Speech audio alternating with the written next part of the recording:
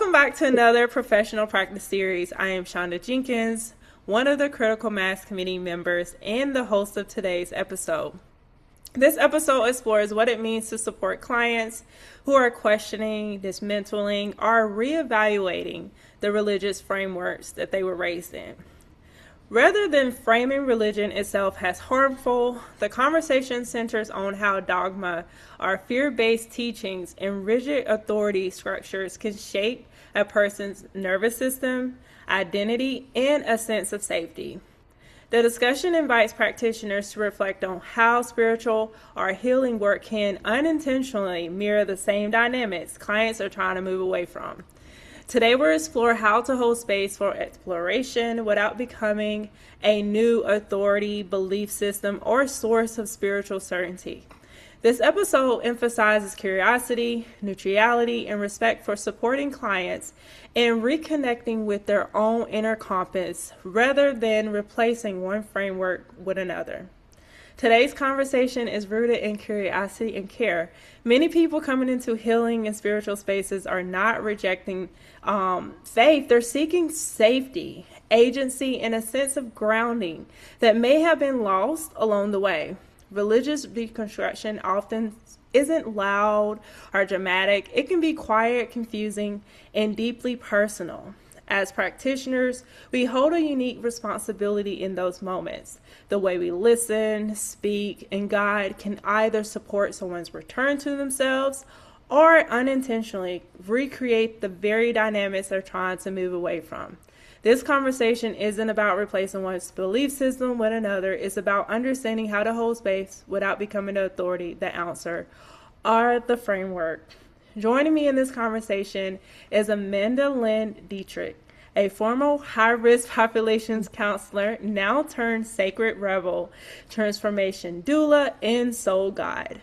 Amanda is able to see multidimensional probabilities and energetic distortions, hindering alignment to your true authentic self and your unique soul path, guiding you into being your own divine conduit and strengthening your own soul's gifts, assisting you in untangling your conscious and subconscious connections to self across all dimensions of time and space, guiding you to open up into clarity with a deeper understanding and understanding of where you are, who you are, and what you came to birth through your way, incorporating intuitive channel energy guidance and healing, shadow integration, embodiment practices, intentional somatic dense creative flow movement that's aiding in the process of you becoming and unbecoming at the deepest level of being. Welcome to the show, Amanda Lyn. Glad to have you join me in this powerful conversation today. You are really going to enjoy having Amanda. We've been having a beautiful conversation, so I'm glad to finally welcome you to the show. Thanks so much, Shunda. I'm excited to be here. It'll be great. Yeah. We've been talking a lot about some stuff, so I'm so excited for it. We went there. So many faces. So honestly, I'm telling you all, it's going to be a treat. So as we move into this conversation, one of the first things I want to talk about is when a client began deconstructing their religion.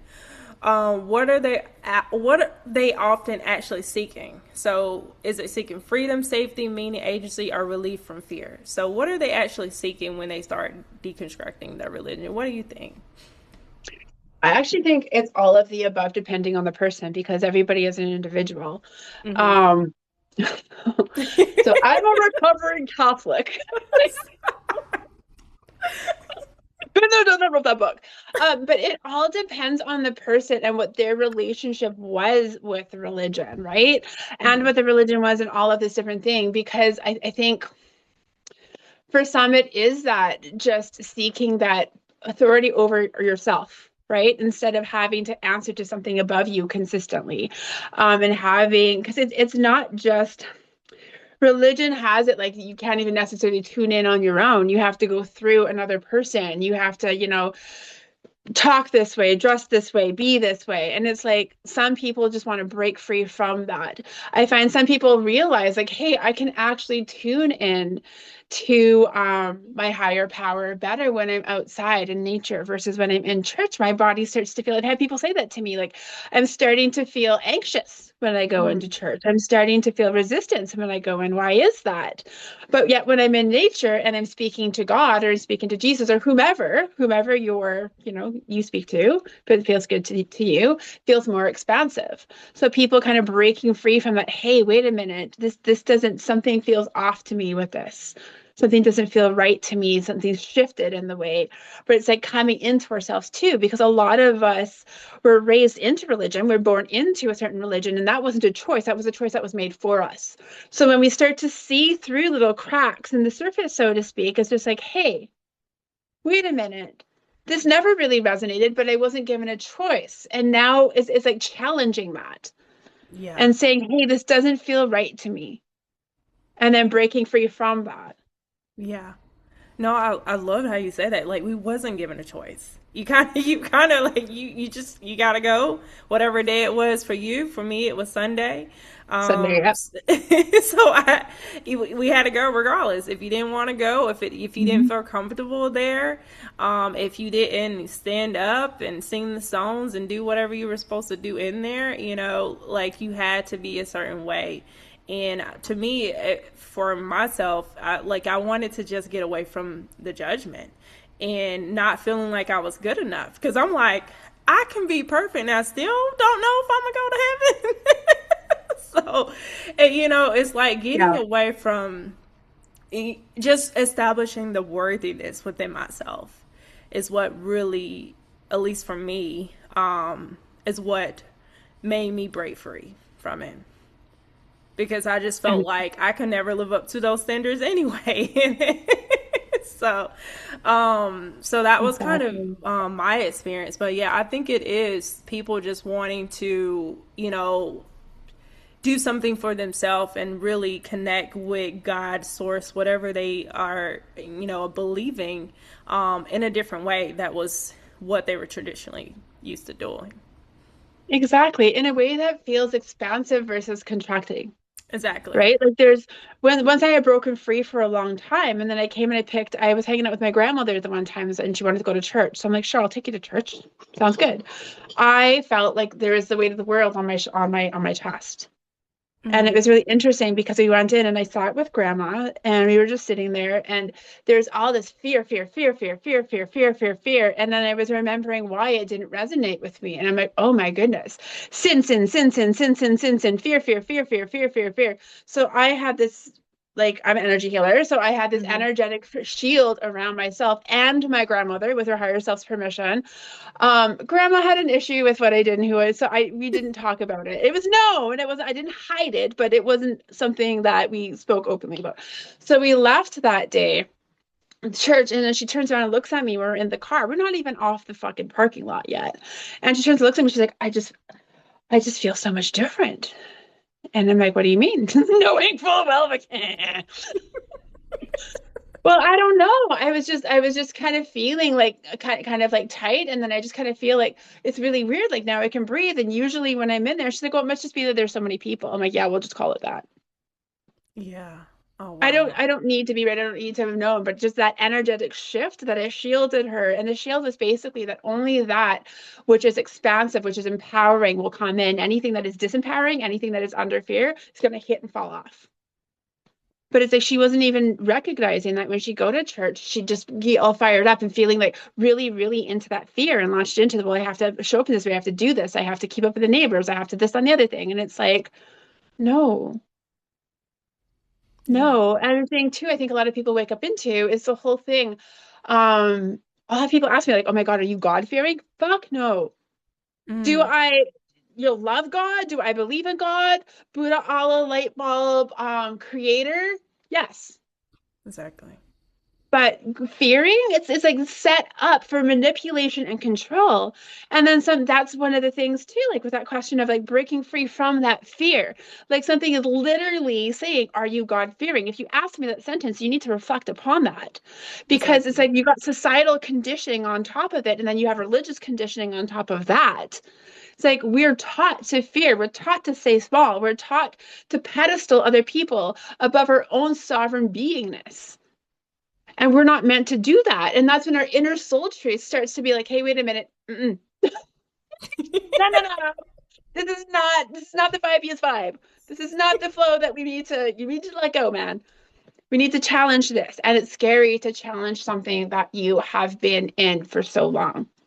Yeah. And it feels sometimes easier to have somebody to tell you when to do this, when to do that, how to show up, how to do this, because then it's taking away your free will Mm. and it's putting it into a box. And for some people, that's easier because that's all they've ever been taught. Yeah. And it's like, oh shit, you want me to make my own decisions and you want me to, you know, tune into my intuition and shift it like, what's that? No. Like, I don't know what intuition is. What are you talking about? Just tell me what to do. Yeah, exactly, exactly, because they've been told what to do for so long. Yeah.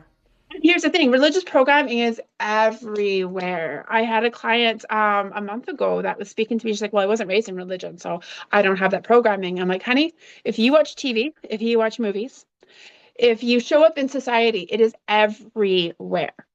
Look Exactly. at the history of Christianity and the takeover of what it did to pagans, what it did to Native Americans, what it did to Wiccans. Like anything that wasn't under that umbrella got taken out. That energy doesn't disappear. It just Exactly. shifts. Mm-hmm. And then some of us have that in our ancestral lines Mm-hmm. and that deep remembering.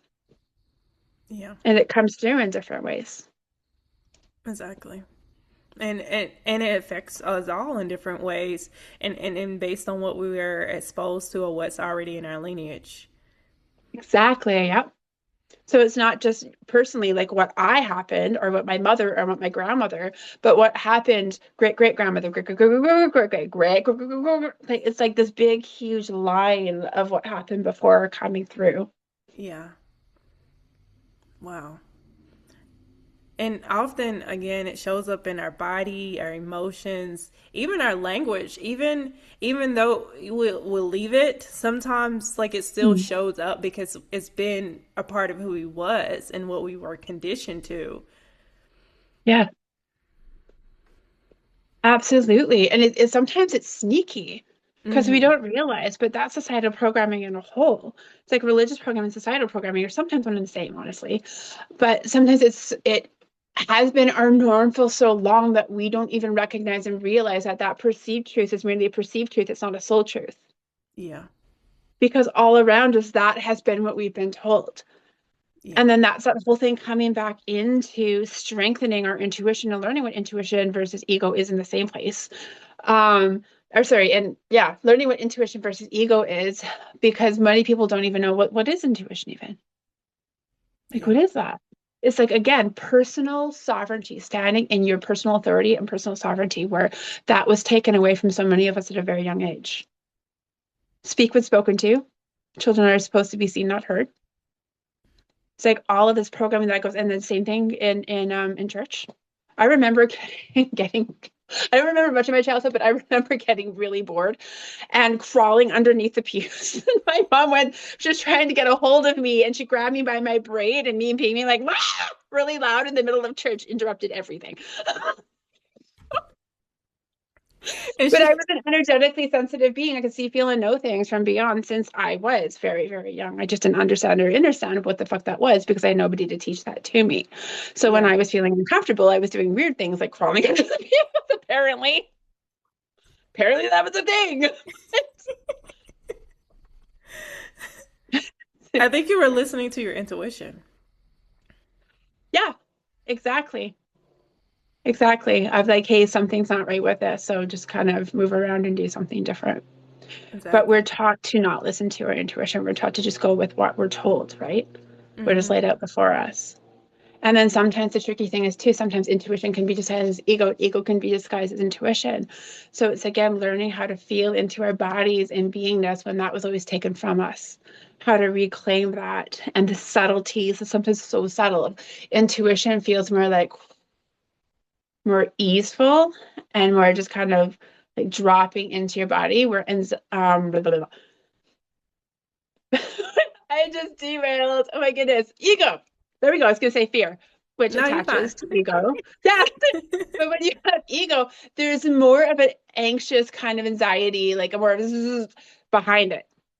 So intuition feels more grounded and more centered in your body, whereas ego has more of like a anxiety kind of vibratory, like to it. Yeah. And sometimes they can be very close together, but it's kind of leaning and learning into that for yourself. And it will take time. It will absolutely take time. It took how many years to be conditioned to one way? It's going to take a while to be deconditioned, and just showing that up for yourself daily on a regular basis, one breath, one moment at a time. If there was a magic wand, we would all be like, bippity boppity boo. But it's not. It's like Exactly, we'll be done. All my trauma's gone. Jumping on. On to the next. Is like, yeah, we are our own magic wands and we are our own medicine, but we need to have that remembrance come in because we've been taught that everything is outside of us, where in reality it's quite the opposite. Everything is from within us. Yeah. And then with religious texts, how many religious texts that stated that have been buried? Yeah. There's a shit ton of religious and spiritual stuff out there that speaks of this connectivity to all things and that we are the universe within, without, and all around. Yeah. But if it's not fulfilling the agenda, then it's food. So, yeah. Yep. And I mean, and it all, I mean, like we talked about institutions, schools, like it just flows throughout the whole system. That we're taught to, I mean, if someone's making me feel uncomfortable and if I want to speak up about that, but I'm supposed to be quiet because I'm in class and I can't, this is not a time to talk right now. It's like, you just always been told not to speak up for yourself. Even though, you know, you should speak up for yourself. And then you don't speak up for yourself. And then you end up just dealing with all of this trauma of school and church, even family. So yeah, family can be some of the worst of it because it's all of that conditioning going down again, right? Yeah. And it's like in the school, in the institutions, we're taught what? We're taught what to think, not how to think. Yeah. We're taught to obey. Mm-hmm. We're conditioned to obey. And often blind obedience. Yeah. Just because a person is wearing this outfit, they're wearing a white suit, well, you have to just sit there and go like this. Mm-hmm. Right? And it's like that that's ingrained in everything that we do, and shame and guilt is attached to all of that. So it's like unraveling all of these layers, and some of it is blatantly obvious.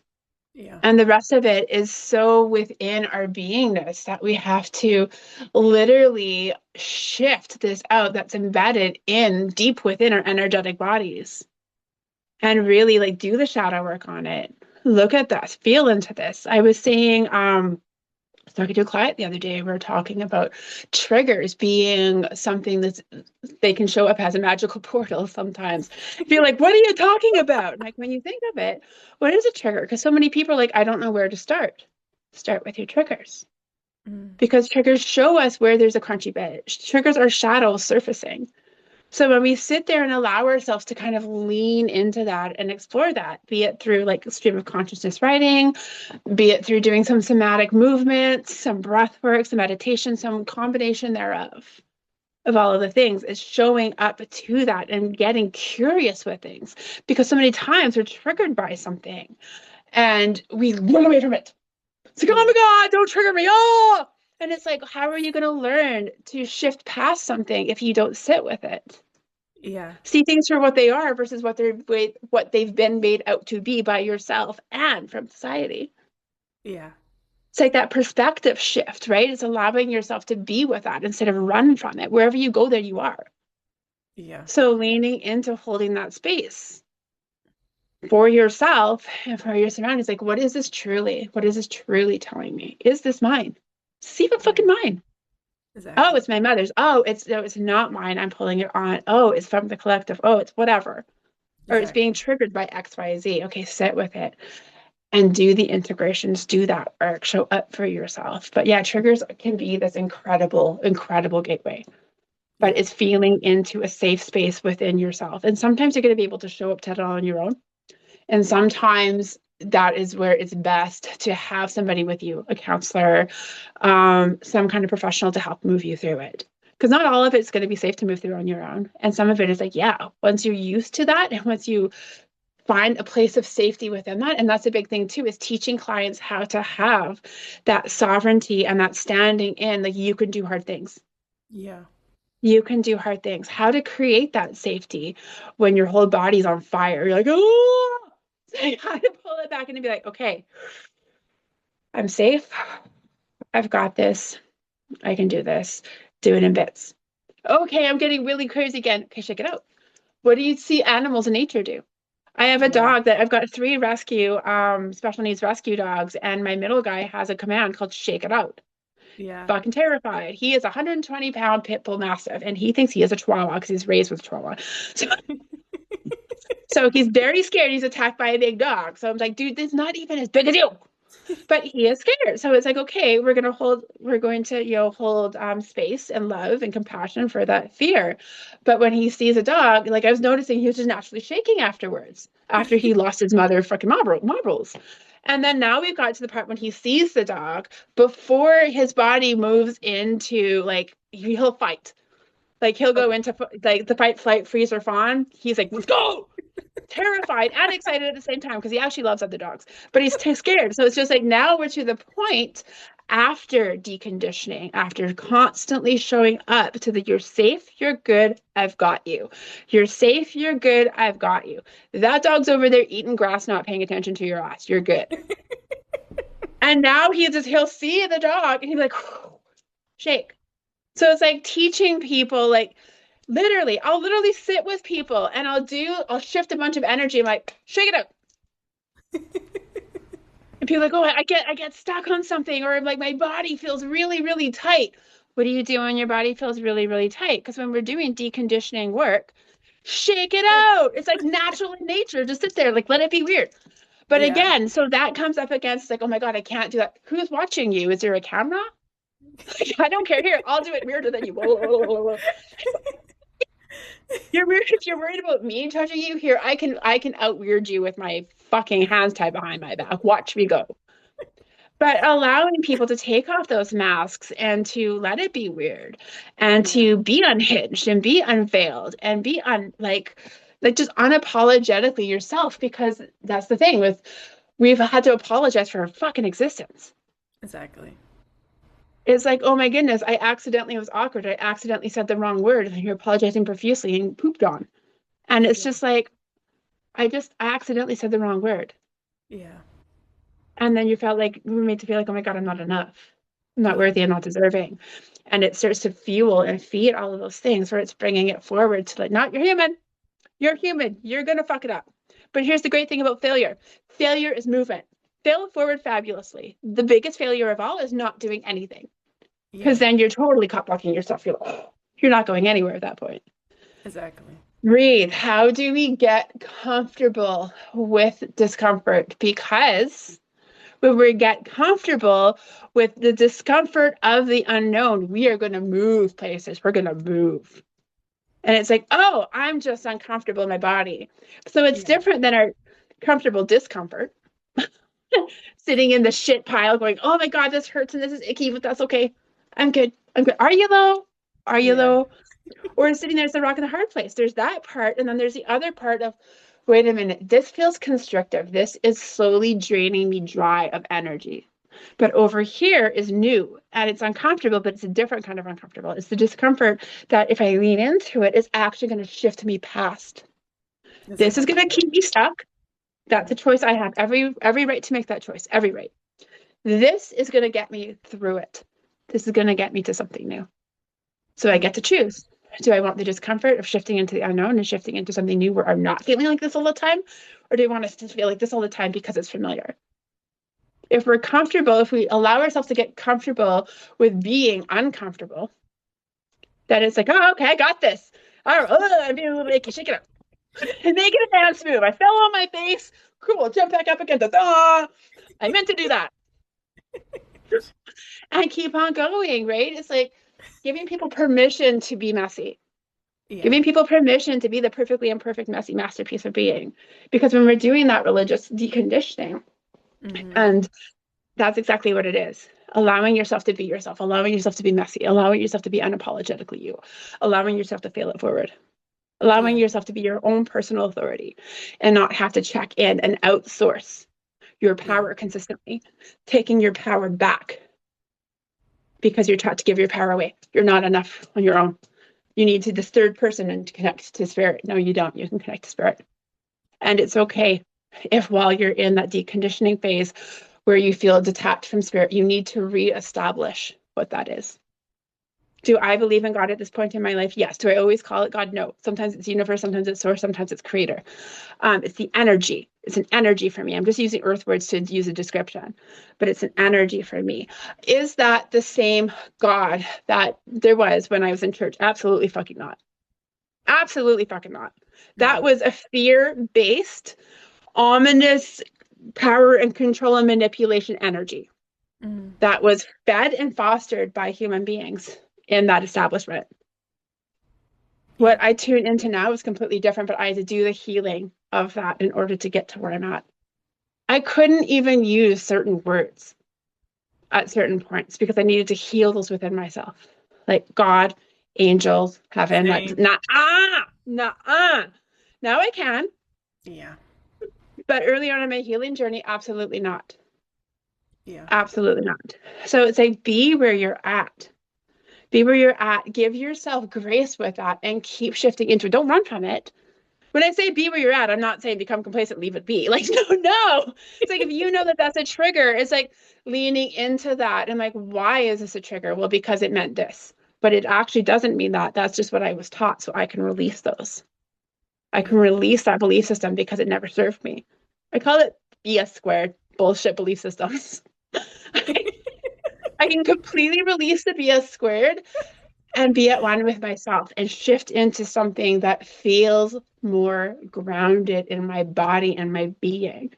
That feels like my soul truth, not this something that's being put on me, but something I connect to and expand into.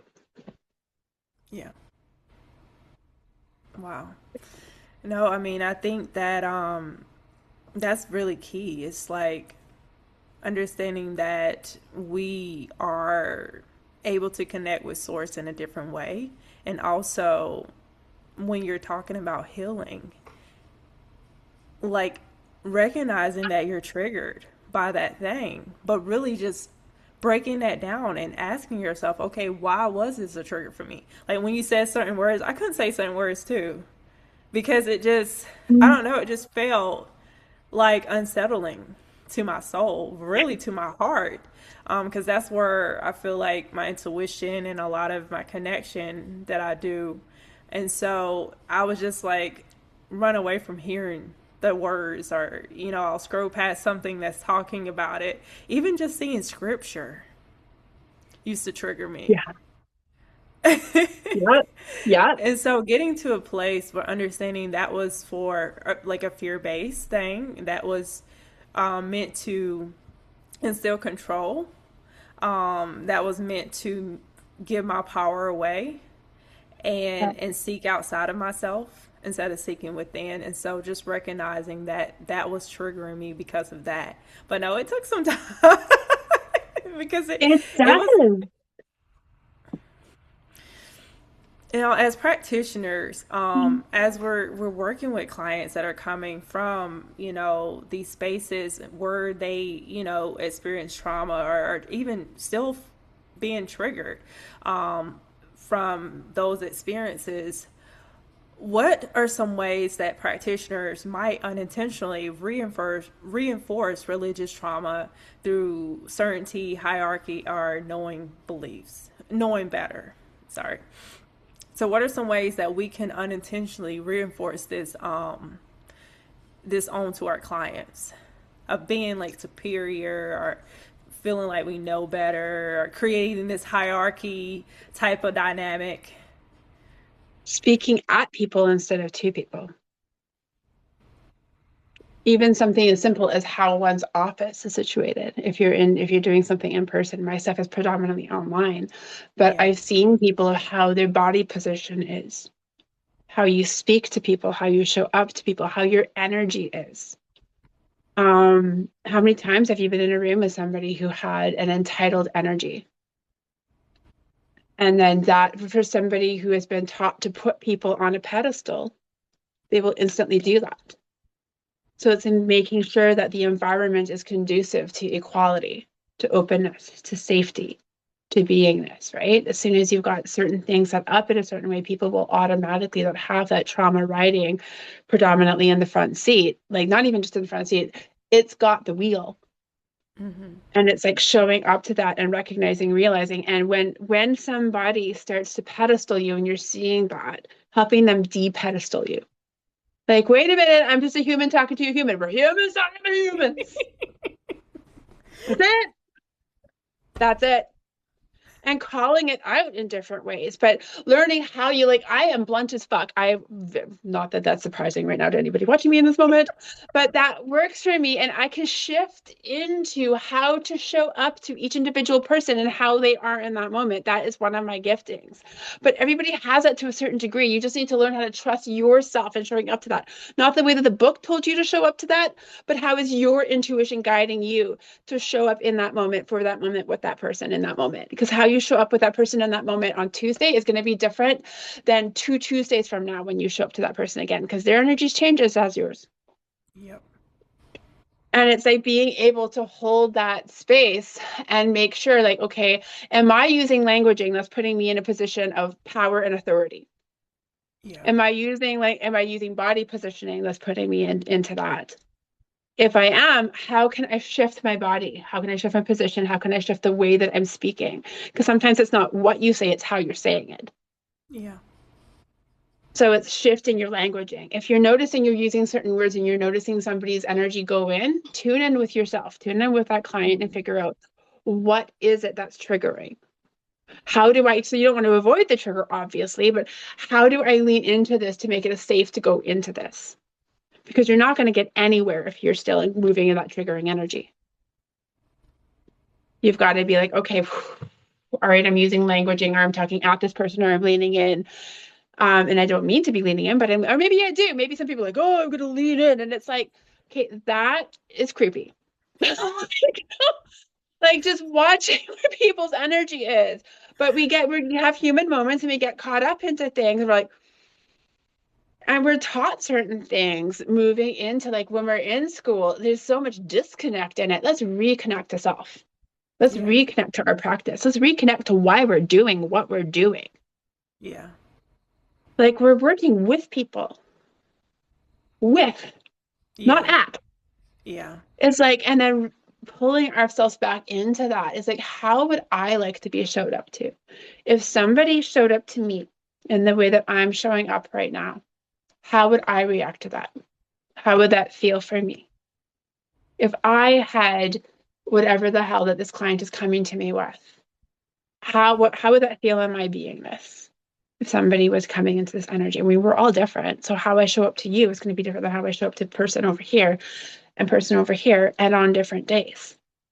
Yeah. Right. So being able to be a chameleon in a good way, not the bad chameleon way, but in the good way of being able to shift our energy and show up to and with people as they need it, never at. Yeah. And then if we're recognizing that our ego is taking the wheel, because we're human, it's going to happen. Being like, I don't need to always be right. I am just a human working with another human. I can have radical accountability. Just be like, wait a minute. I just need to shift my energy for a quick moment. My apologies. Breathing back into your body and redirecting the conversation. Because people can get caught up. And sometimes, as practitioners, because a lot of us have religious trauma, of some sort, or spiritual, or the set of programming that comes in when we're working with people. And it's being able to feel how that shifts in our body and not project that on the person who's already triggered. Yeah. And being like, hey, then you're just having cross triggering and it's all kinds of bad. And in those situations, I've seen counselors like, oh my God, I need to get back on this high horse because I'm doing this. No, you can have a human moment and be like, just a minute. Let's just sit for a moment. Let's shake out this energy. Is feeling heavy? Are you feeling a bit heavy right now? Like, let's just shake this out for a minute. Yeah. Let's just sit with it. Let's just make it weird. Like, if you want to make it weird, let's just do some deep breaths. Let's breathe back into our body for a minute and then disconnect from the moment and come back. And then start over. It's like, it's okay to call yourself out. There's ways to do it that are part of the session, because if you need to call yourself out, chances are that the client also needs a little energetic break. Yeah. So it's okay. It's okay. Have a human moment, but take that opportunity to shift the energy instead of riding on it. Yeah. And it's okay to not know. If you don't know, drop back into your own intuition. How is the best to move through this? How is the best to move with this? What is it that this person needs from me? Needs just what kind of space do they need held in this moment? Is it silence? Because sometimes comes like, oh, I need to just talk. It's okay. Silence is okay. Learning how to sit with silence and hold space for somebody that's not sure what the hell they're going through. They're like,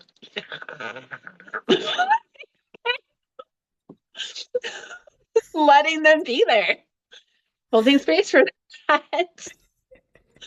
I don't have the words all the time. Do you have the words all the time? No. It's like, I definitely don't have all the words. I just love how you are with your clients and just being human in those moments, being able to call yourself out in a way that you feel, you need to call yourself based on your intuition in that moment. And I feel like that also the client actually respects you. I feel like they have a respect for you because they know that you're not human, and they might even feel even more comfortable knowing that you can make mistakes too, right? And that you can recognize and you can clear that up in that moment and not run for it and not ignore what you just done. Because I'm gonna be more exactly. connected to you for just look, that shake a little bit, right? Because I literally was over here like, oh, we're not in a session. I forgot we're doing an interview. I just felt like I was there. But I really do think it really is checking in with our own self and understanding how will we want someone else to show up for us if this was us coming to them, and being able to do that for someone else. Because again, we're dealing with people and they are in these states of vulnerability, and we don't want to create more pain or trauma for them that they're already trying to get away from. Yeah, you don't want to perpetuate what it is, like you said. You want to perpetuate or project. You want to be able to shift away from, and then showing up. So they're taught, people who are stuck in like religious upbringings and religion in general, it's again, do as I say, not as I do. For one, and it's this ominous being, and it's like, a lot of the times you see counselors and therapists and psychologists and whatnot putting themselves in a similar position. And it's like, no, you need to pull back from the ego, right? You need to pull back from that authority figure, because you can be an authority figure without being an authority figure. There's a different resonance with it. And that's the thing that so many people miss. And it's so bloody integral, is when it's like so many authority figures, be it in society or in religion, when they fuck it up, instead of radical accountability, they just poop on everybody, right? And expect you, again, do as I say, not as I do. So as a practitioner and as like a counselor, or when you're working with somebody else, it's like modeling that behavior. If it's okay to feel whatever it is, it's okay to not know what it is that you're feeling. Here's how to do the nervous system work around that. Here's how to show up to that. Here's how to shift that. You don't always have to know, and it doesn't need to be perfect. Yeah. It can be messy. It can be all over the place. And it's like, what better way to model that than to take a breath and be like, hey, because if you're constantly like this showing up to people, it's like that person's had that their whole life. Are you going to help them break that cycle by just perpetuating it Yeah. in a different, way, shape, and form? No, no, you're not. So I think it's just really, really like teaching radical accountability by modeling radical accountability and standing in it Yeah. is It's like really your important. words. It's, yeah. And in doing it with everybody, it's like, I don't care how old you are. You teach respect by giving respect. Yeah. And it's very, very simple. But for some reason, it's very, very complicated for so many people. And it's like, well, what's actually going on right now? But No, I yeah, think that's key. It's key. Like we show respect for others, and I feel like if you have that kind of concept, that you're not gonna harm the person because you're showing up in a way that is validating their feelings, yes, not saying they need to stay in it, right? But really just respecting their journey and respecting them and not yeah, showing up because I feel like I'm a little bit ahead that I can, get on my high horse to tell you that I'm ahead, right? It's really just having that respect. It's just simple. Treat people like you want to be treated. If you don't want to be treated good, I tell people this all the time. Treat people like you want to be treated. If you don't want to be treated good, still treat them good. yeah. Don't cost that and treat them good anyway. Exactly. Because somebody would Yeah, try to switch that around and say, well, I don't want to be treated good. Okay, well, treat them good anyway. yes. Scratch that. Be an asshole to yourself and be nice to them. Exactly. Now, as clients are showing up and asking these questions to the practitioners, how can a practitioner support them without pushing their client towards like a new spiritual identity or framework? Holding space for self-discovery.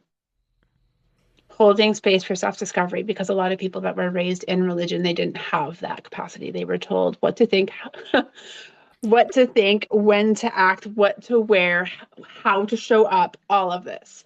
So giving people the opportunity to be like, you do have a choice.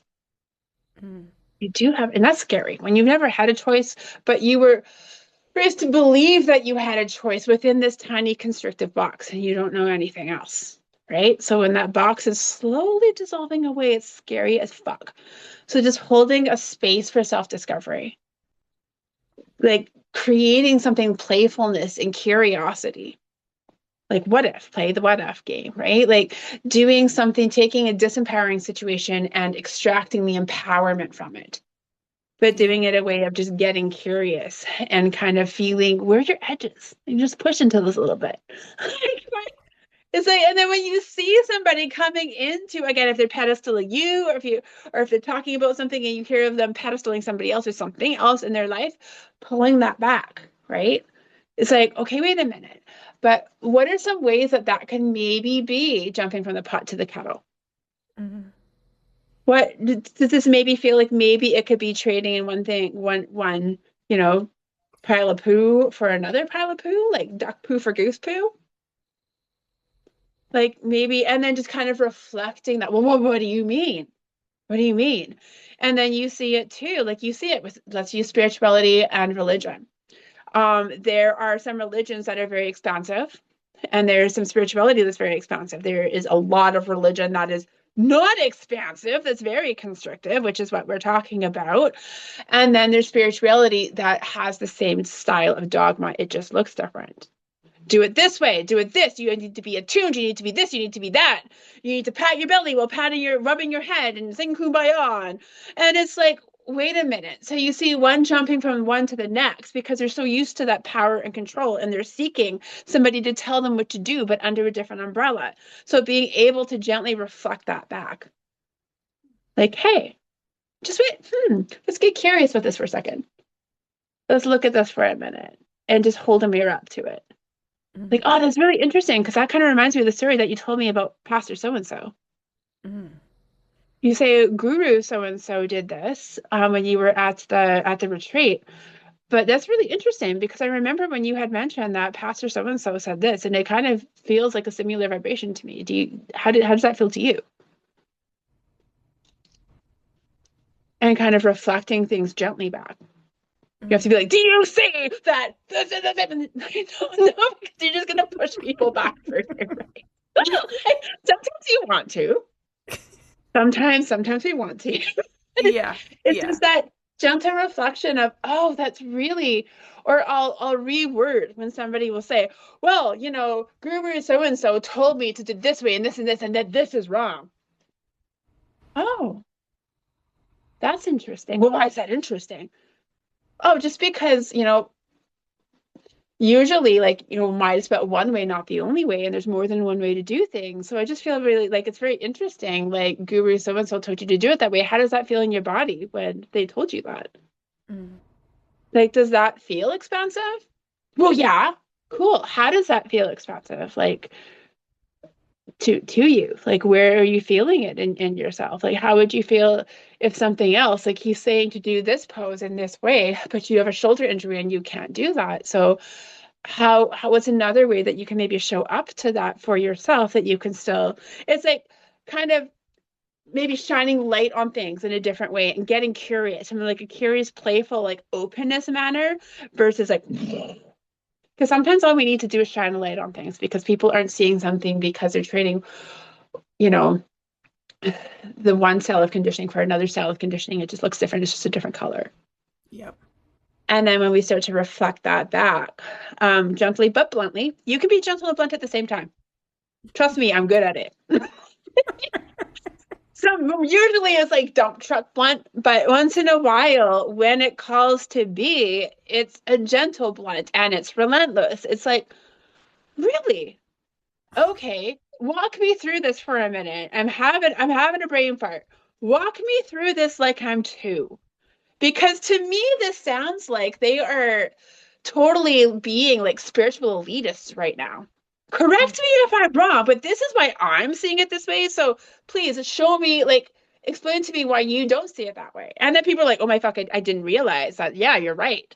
Like, I'm not saying that I'm right. I'm saying this is how I perceive it. Please explain to me how, like, maybe I'm missing something. I know I'm not.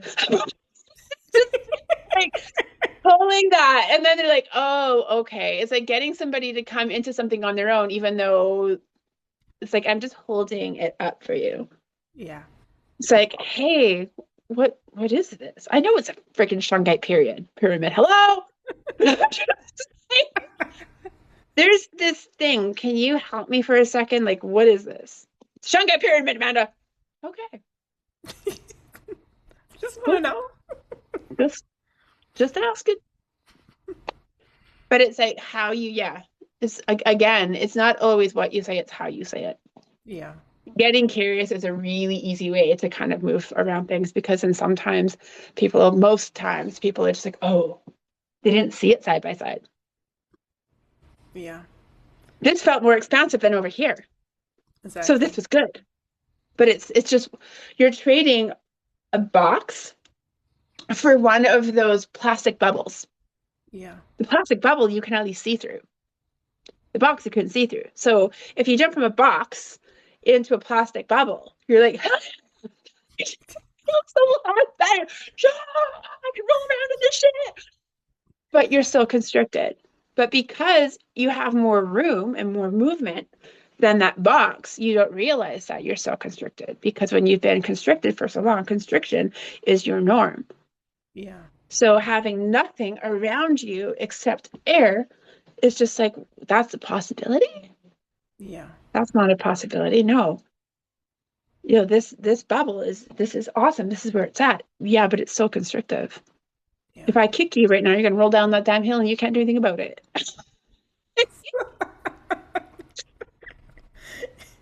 If you're not in a box and I kick you, you're just gonna fall over, and then you can get up and you can fucking kick me back, right? Like, you're not gonna roll down the entire hill. But it's like you don't know what you don't know. Yeah. So creating a safe space to be curious about elsewhere, about something else. But wait a minute, that still looks like this. It's just another version. Oh, here's what it wouldn't look like. Like, here's how a way that guru so and so could have shown up to that in a way that was expansive, that allowed you to fall into things in your own. Like, if it was worded this way, oh, okay, right? It's just a different way of wording it. Oh, Yeah. yeah. And you don't know what you don't know. If all you've known is power and control, then that's going to be what you resonate with, even if it's just different, just has a different suit on. Yeah. And even if it seems like it's, I don't know, more, I don't know, more nicer, more kinder, more spiritual. Yeah, exactly. Again, from a cardboard box to a friggin' plastic bubble. It's like you're still restricted. Yes, you can see through that. Yeah, you. But you still can't actually move around. Exactly. Wow. So, with your free will. Yeah. I guess as we wrap up today, I guess last two questions. One, how can practitioners remain grounded guides rather than replacements for religious authority? And then anything that you feel like that we didn't talk about but you want to share that could be helpful for practitioners. You can combine the two answers if you want as well. Okay. Um, I've already forgot the first one. Oh, no, it's Sorry. okay. Why did I do that to you? We just talked about this. Okay, one question at a time, Amanda. Okay. What did I do that to you? That brings you to be where you're at. Be human. There Be we where you're go. at. Call yourself out. So answer the last question that I asked you that I was asked. I'm just playing. Okay, so how can a practitioner remain grounded rather than replacements for grounded guides rather than Mm. replacements for religious authority? So go ahead. I actually remember the second one, but the first one went like this. Remaining a grounded guide is energy. Yeah. Check yourself before you move into any and all sessions, making sure that you are doing the grounding and centering, making sure that you are standing in your sovereign beingness, making sure if you do have, you're human, if you do have different like anxieties or different things coming up within yourself, be it from the last session or lifing, shake that out. Practice what you fucking preach. Shift that energy within yourself. It's like, let it go. If you're in the session and you're feeling that, have little things. Like if you're at a desk and the person can't see your feet, having your feet moving and setting the intention that is the energy is going out your feet. Yeah. Or setting the intention in your breath with each and every inhale and breathing in all higher frequency energies of love above and love below, whatever your words are, from God, from whatever, pulling that to and through, releasing it with my breath. So staying grounded and centered in my beingness fully and completely, and not taking anything else on around me. Not my own poo-poo parade, not the client's poo-poo parade, but just sitting in that beingness, because it's important to make sure our client is breathing, for one, like, because when people are nervous, it's no different for us on the other side of the desk. Yeah. Making sure that we are staying into breath if there's stuff and we feel, because when you're in close proximity, online or offline, it happens for those of us that are online too. It happens to me. I'm a human where like, and then those of us that are empaths, you're feeling the other person. It's very easy to become ungrounded if you're not really watching really watching your energy, right? You Yeah. feel that, drop into breath. You don't even have to tell the client. I'll sit there and be like, I'll catch myself and I'll let it be audible. And they sync with you.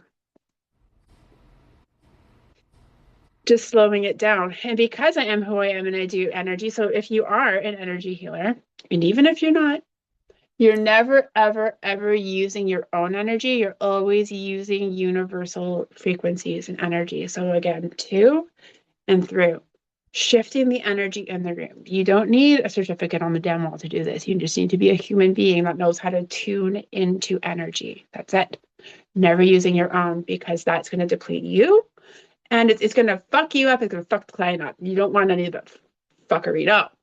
You always want to be universal healing energy to and through. And the thing I love about it, I call it heal and be healed.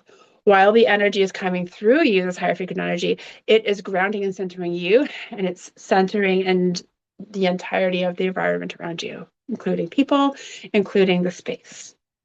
So really sitting in that. And when you have your human moment and you're out of it for a second, it's just bringing it back into breath. It's really cool to watch how people will sync with you without. And if they're having problems regulating, even though you're, it's like, let's just take a second. Let's do some breathe. And I'll usually do like 3 deep breaths in and out, and then a gentle shake. And when you're seeing the person's really struggling, people love to let it get weird. And it's just like gentle shake, like, let's get it. Woo, let's really do this. Let's like, woo, move it up. It's like I'm saying ridiculous songs to people. And I'm like, baby, go back. I like big butts and I cannot lie. Like, let it be weird. Break the energy of the situation and then return to it with a renewal. Right? If it's not the time and the space to be singing Baby Got Back, that's okay. Breath. And if you're in a space and it's conducive to having different things like crystals and whatnot, having crystals and things on a desk. And when somebody comes in saying, hey, I'm like, if you need to fidget with something, go for it. Because especially as neurodivergence, this whole time I've been fidgeting with my Delicite Jasper. This whole time. Mm-hmm. And there's nothing like I'm good. I'm just like, I'm a neurodivergent person. I like to fidget. And then even neurotypical people who are feeling like up against some pretty scary shit, fidget, we're humans, right? Having something available that a person can really easily grab. And then the great thing with crystals is they also have healing energy on top of it. So it's like, yeah. So it's like interesting sometimes what a person grabs when they're doing their thing. And it's just like having that to help people come back into their body. Having something tactile and then dropping into breath with it. There's been times if I'm doing in person, I do a lot of my sessions at this point in the game on the beach or in nature. I'll pick up random shit in my hand and I'll be talking and I'll be like swaying sometimes because that's what my nervous system needs. And I'll be dropping into breath. And then all of a sudden I see the other person, sometimes not even consciously, grabbing something themselves and start swaying and dropping into breath to sync with me. So it's follow your intuition with it. Drop in. If you're feeling dysregulated, they are too. So by you regulating yourself and grounding back into your being, energy is energy is energy, and it all feeds off of each other. So when you sit there and check yourself before you wreck yourself, then you're going to feel into that and drop in. We overcomplicate things as humans. Yeah. We really, really do. Oh my God, this is happening. My client says, and I don't know what to do. Okay, breathe. Because what do you tell a client when they're going like this? Breathe. Mm-hmm. All of us humans, when we're like, oh shit, oh shit, oh shit. When the oh shits come,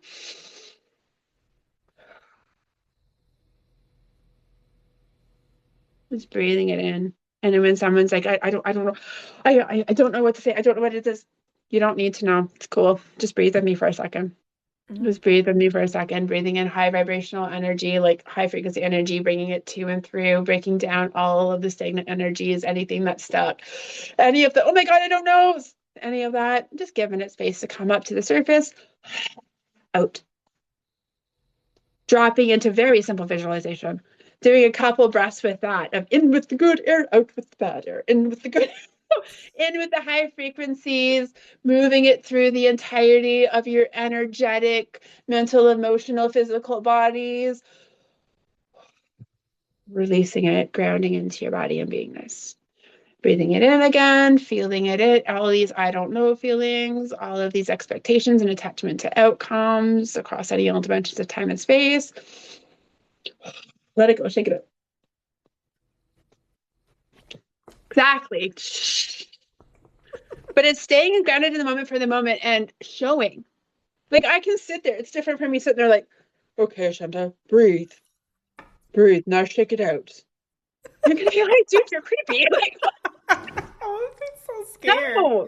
I'm gonna log off. I'm gonna say, I'm like, I don't know who that person on the other side is, but I had to log off.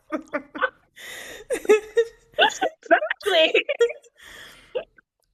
But yeah, that's the thing is be real. Don't worry about being seen in your true authentic self because you're trying to help this other person to step into their true authentic self and you're masking yours. Yeah. Be real, man. That's what's gonna break people through is being fucking real and standing in your realness, standing in your humanness. Yeah. Because it's like we hide behind walls all the time because that's what we're taught to do. And then we're hiding behind a wall. We're teaching people how to break down their walls. Explain it to me, please. Yeah. No, no, check yourself. Wait a minute. Am I showing up authentically or am I showing up the way that textbook told me to? What is the most authentic expression of self that is the most conducive to this situation and this person and this beingness and this resonance and where this how to shift this person into an empowered place and space within themselves. Show me that. Show me that spirit. And then just trust and move with it. Mhm. And use your intuition. And sometimes it's weird. And that's beautiful. Because again, what works with person A is not going to work with person B. What helps one is going to hinder another. And what helps person A on Monday is going to hinder person A on Friday. Yeah. Because they're in a different energetic state. So you need to be like chameleon energy, showing up to it all. Like, I mean, just be really unique with it. Let it get weird. Yeah. Let it get weird. By simply being, you give other people permission to be. These people that we are working with have not been taught how to be often. So modeling that. And a lot of people that I've talked to other practitioners before that they're dumbfounded because like, oh my God, I'm realizing I have a lot of work to do. I'm like, that's beautiful. Yeah. So step up to it then. When you recognize it, because sometimes that's what happens. We're working with people, we're like, damn. We're all holding mirrors up for each other. And that doesn't mean all of a sudden when we realize we have more work to do, oh, now I have to act like, oh my God, I have it all. No. And it doesn't even mean that you need to admit it to the person. It just means that you stay in that professional state and you recognize that within yourself. Oh, this brought something up for me. I'm going to show up to that after the session. Yeah. I'm going to sit when I get home and I'm going to do some meditation. I'm going to do some journaling. I'm going to do some healing work around this. Because that's another layer. Oh, I didn't even know that that was a thing. It's a thing because I felt okay.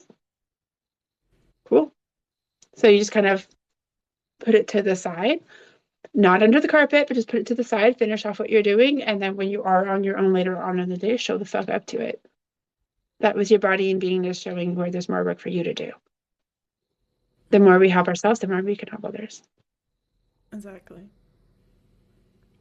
I love that. This conversation has been so good. Um, do you have any final remarks? I know you said a lot there, but do you have anything else that you want to share with us today? No, I think that's all that I have to say Yeah. in this moment. Yeah, just the biggest thing that I scream from the hilltop I will die on is authentic expression of self. Yeah. We are all, it's like we've all heard the caterpillar chrysalis butterfly thing. Like we've all heard it. And the hot mess magic that happens in the chrysalis, right? Like we are not above it. We go through several stages of unbecoming and becoming in our existence as humans. So allowing yourself to go there, allowing yourself to get messy, allowing yourself to show up authentically for yourself first and foremost. Because we're not going to help anybody if we don't learn to help ourselves first. How are we going to hold a space for somebody else to be vulnerable and safe within that if we don't hold a space for ourselves to be vulnerable and safe within that? Yeah.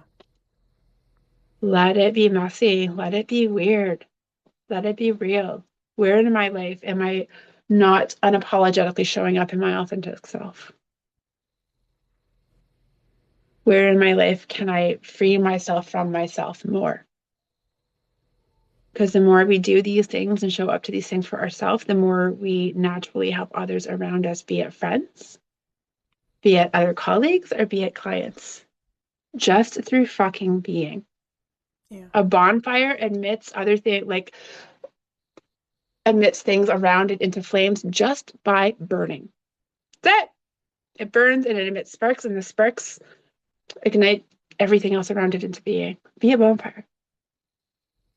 Let yourself burn. And the great thing with fires too is, what does a fire do? You'll put a log in there. The fire uses what it can from the log to build and empower and grow. You throw a stanky ass styrofoam cup in there. Fire uses what it can from the stanky styrofoam cup to build and empower and grow, and emits a black smoke and continues on with life. So they go, oh my God, styrofoam cup. It's like, oh, styrofoam cup. Yeah, yucky, coach. Done. Yeah. It doesn't rotate on the fact that somebody put a stanky ass styrofoam cup in there. It's just like, okay, I'm just gonna burn this bitch down, use what I can to help me build and empower and grow. Because even disempowering shit can become empowerment. It's a perspective shift away. That's it. Yeah. So once we start really embodying that in everything that we do within our own life, then we can show up to that really easily with other people. Model it, embody it.